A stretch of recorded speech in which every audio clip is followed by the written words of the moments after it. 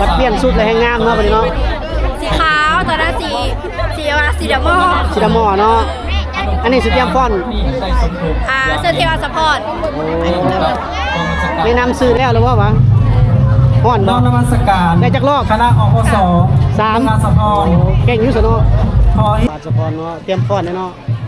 น้องยังนี่ใส่ไหมโอ้นักสมัยเตรียมฟ้อนจักโมงฟ้อน2 โมงบ่าย 2เนาะแม่นแต่ตอนนี้ยังฮ้อนๆอยู่เนาะมีแต่ผู้งามๆอยู่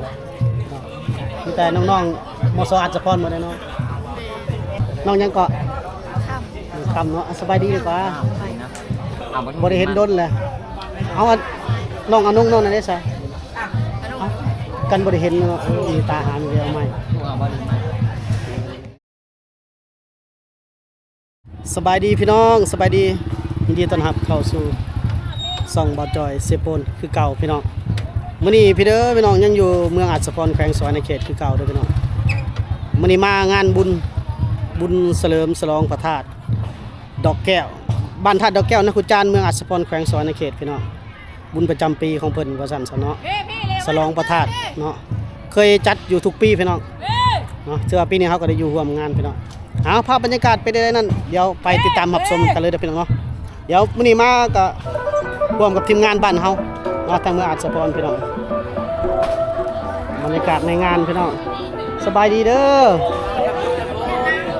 นี่เพิ่นมาขับบุญเลยเนาะมาตะบ้านเลยโอ้บ้านหนองบัวเฮานี่เนาะค่ำครับผมเป็นหนุ่มค่ำครับเป็นแก้วโดยจะสารภาพมาตะบ้านน้อยหนองบัวนี่เนาะสบายดีเด้อมาแต่เมืองเซโปนผู้ใดทางนี้ได้โดยมาคำบุญเนาะมาครับบุญโอ้ภาพบรรยากาศวัดบรรทัดดอกแก้วได้พี่น้องบ่จ้อยเพิ่งเคยเข้าครั้งแรกนี่เพิ่นมาคำบุญเนาะมาย่อพระเข่าคำบุญว่าซั่นซะแต่ละบ้านโอ้อากาศมันนี่ร้อนพี่น้องเอ้ยร้อนคักขนาด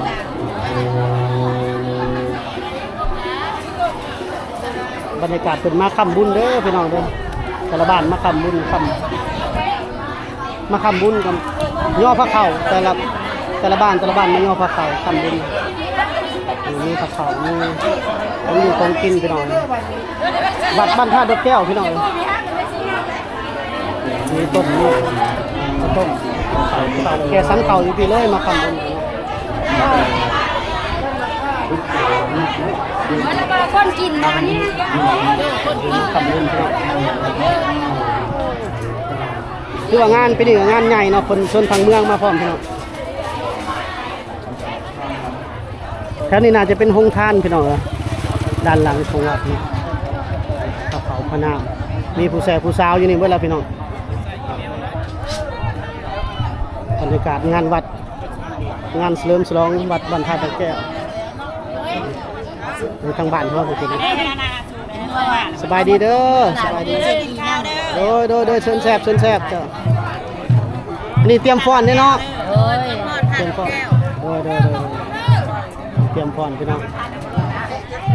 นี่กำลังกินข้าวเตรียมฟ้อนโดยเชิญแซ่บอันนี้น้องนักเรียนเนาะยังเรียนอยู่ม.ได้ล่ะม.ส.อัศพรเนาะเตรียมฟ้อนเนาะน้องยังนี่ใส่ไหมโอ้นักสมัยเตรียมฟ้อนจักโมงฟ้อน2 โมงบ่าย 2เนาะแม่นแต่ตอนนี้ยังฮ้อนๆอยู่เนาะมีแต่ผู้งามๆอยู่มีแต่น้องๆมสอัศพรหมดเลยเนาะยังบ่ได้กินข้าวบ่หรือว่ากินแล้วโอ้จังหน่อยกินเนาะอดใจรอหน่อยนึงพี่น้อง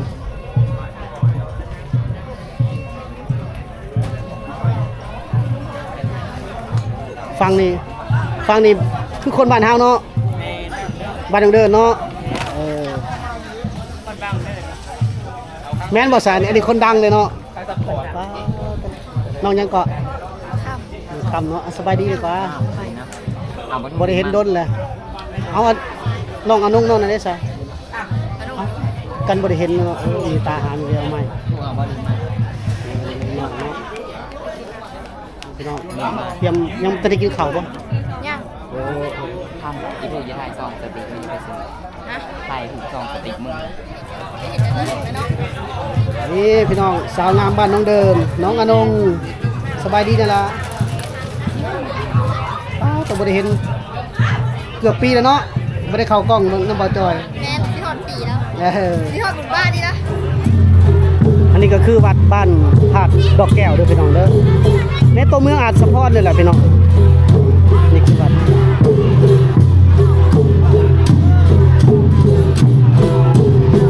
วัดบ้านธาตุดอกแก้วเด้อ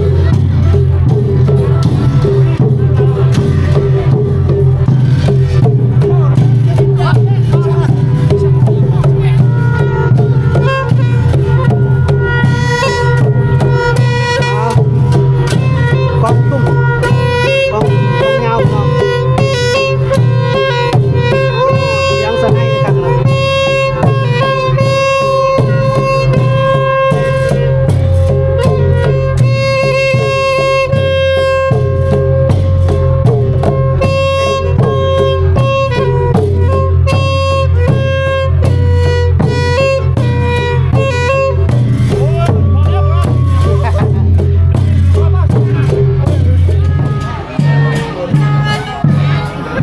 คุณนี่มาจากบ้านใดบ่นี่ ทานโอเค ท่าดอกแก้วเนาะโอ้อยู่ในบ้านท่าดอกแก้วเลยเนาะมาเตรียมแห่เลยเนาะน้องหยังก็ ลิซ่า นิซาโอ้ยน้องนิซาพี่น้องชาวบ้านท่าดอกแก้วเด้อพี่น้องมาเพิ่นสิเตรียมแห่ไปแห่อยู่ทุกคนเด้อเนาะจังโมงเพิ่นแห่นะ ใบมือ บ่ายโมงนี่เด้อพี่น้องโอ้มาได้แห่นำกันพี่น้องมาจากคน มาค่ะหมูยังพันมา โอ้มีคนเดียวมาบ่ได้เฮียนแล้วเนาะ ขีด ยังเฮียนอยู่บ่จักอ่ะโอ้มอได้ล่ะ โมเจ็ด โอ้ไก่เนาะมีไก่สิจบแล้วเด้อพี่น้องโดยอ่ะขอบใจเด้อ โดย คงทานเด้อพี่น้องเด้อคงทานโอ้ตำหุงเนาะตำแจกเลยเนาะ เล่นตามแจ้งตามแล้วถ่ายยากก็มาเอาจับไปได้เลย ตำตะครกแล้วมื้อนี้นะ ลายแล้วมันยกนึงแล้ว ตำจนบ่อยู่บ่ได้เซาพี่น้องคนหลายเนาะ เล่นลาย ทานเลยตำหุงพี่น้องโรงทานเพิ่นเปิดโรงทานพี่น้องอันนี้บรรยากาศในวัดเพิ่นเด้อในหอแจกญาติโยมศรัทธาบุญทั้งหลายเพิ่นก็มาร่วมงานมาค้ำบุญค้ำวัดเด้อพี่น้องเด้อนี่แหละวัดบ้านธาตุดอกแก้วพี่น้อง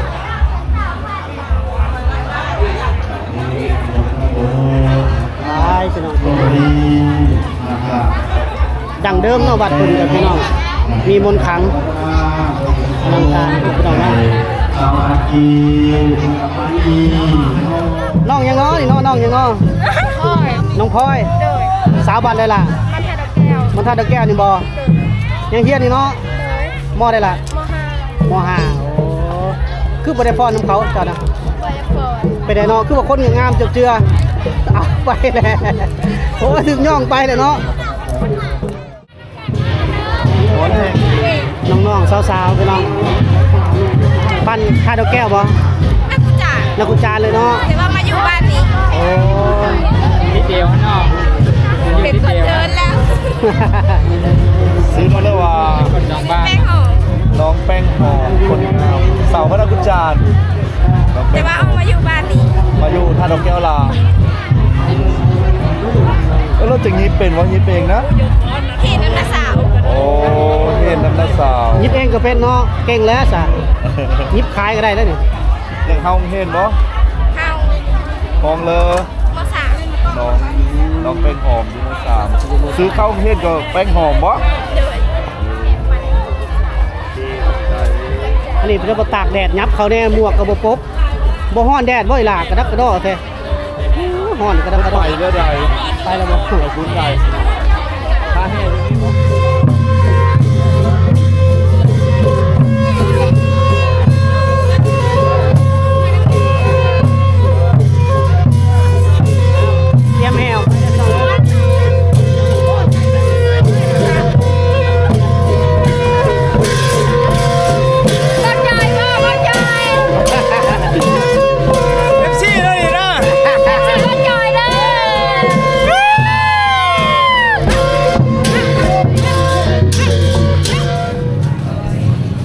ไปคือบอกไปอยู่พุ่น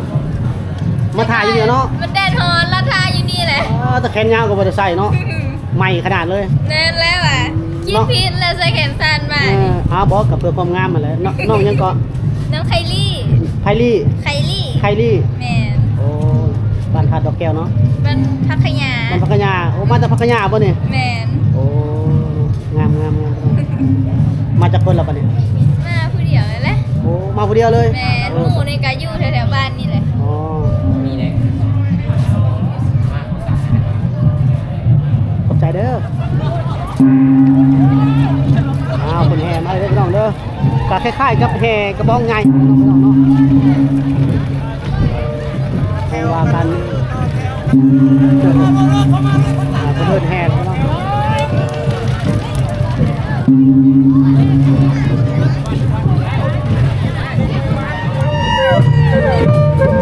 เราเด้อ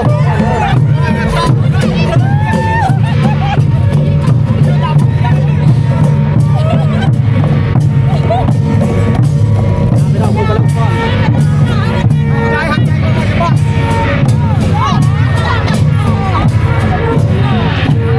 ใจแล้วเนี่ย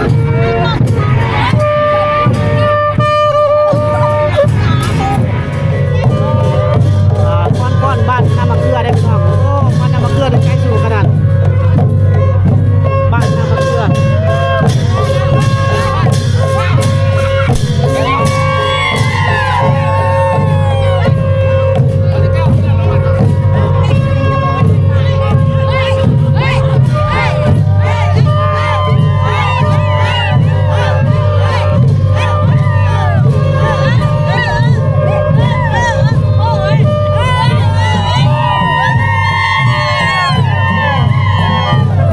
คนม่วนเด้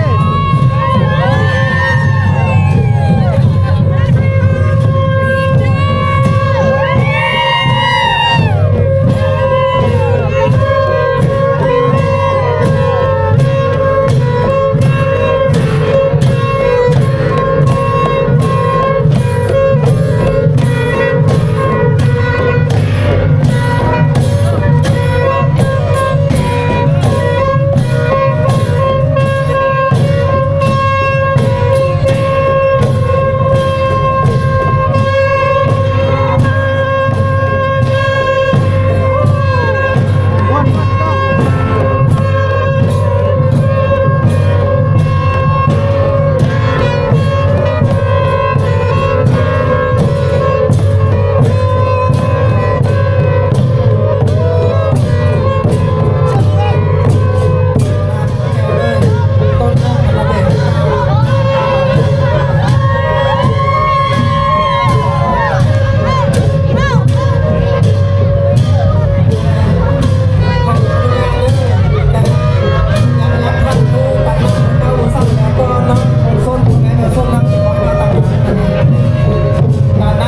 ี่น้องนี่พี่น้องคนก้อนของชาวบ้านน้ำมะเขือพี่น้องม่วนคักพี่น้อง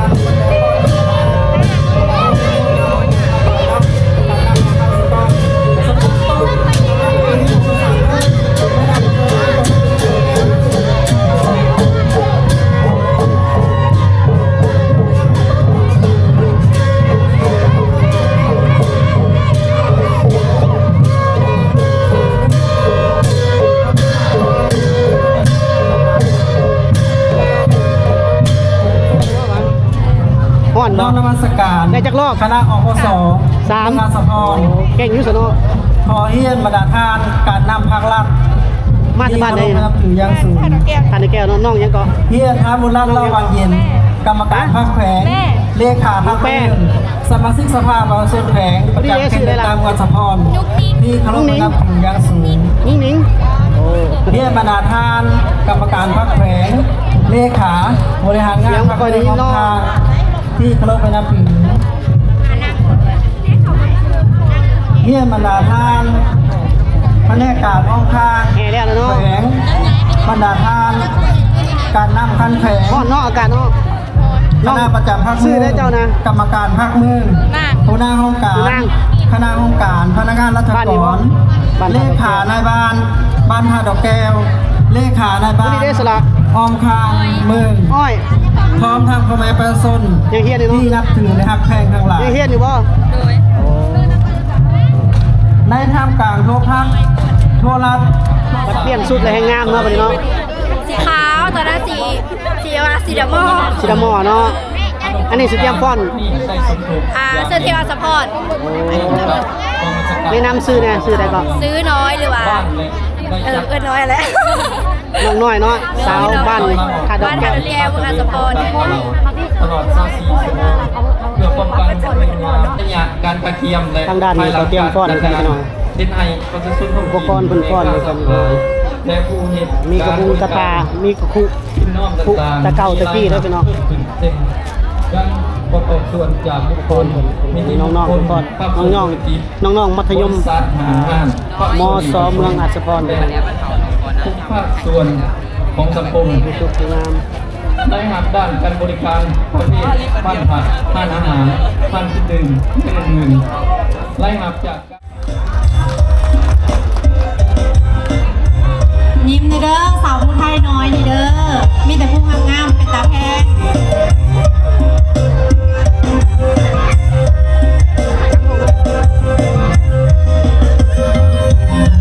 ฟังเสียงสายลมหนาวจะมา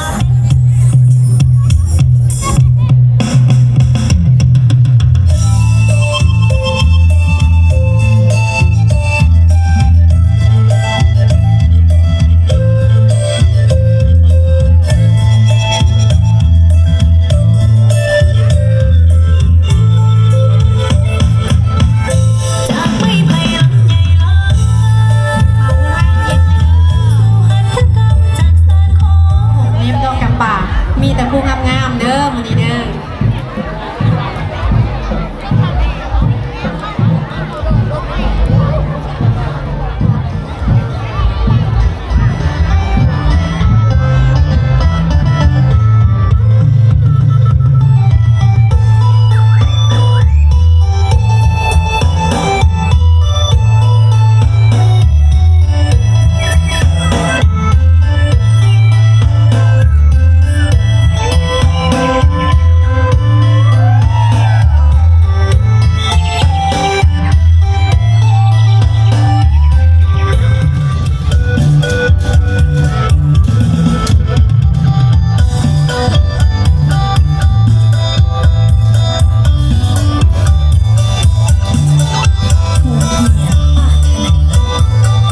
ขอประโมทเอาใจจากการท่านที่ว่าบ่ถามเป็นว่าสองอันละคนเนาะร้อย โอเคน้องพี่น้องเนาะนี่คืองานบุญนมัสการพระธาตุดอกแก้ว บ้านธาตุดอกแก้วเมืองอัศพรแขวงสวรรณเขตนะพี่น้องเนาะเอาเป็นว่าจบกันเนาะพี่น้องสุดยอดอากาศร้อนหลายพี่น้องการหลังจากจบทริปนี้กับพ่อจอยน่าจะเดินทางกลับเมืองเซโปนเนาะพี่น้องเนาะพบกันใหม่พุ่นละโอกาสหน้าจะกลับมาอีกเนาะพี่น้องเนาะโอเคเนาะพี่น้องเนาะสำหรับ EP นี้ขอจบคลิปไว้สักนิดเด้อขอขอบใจขอขอบคุณทุกท่านเด้อสบายดี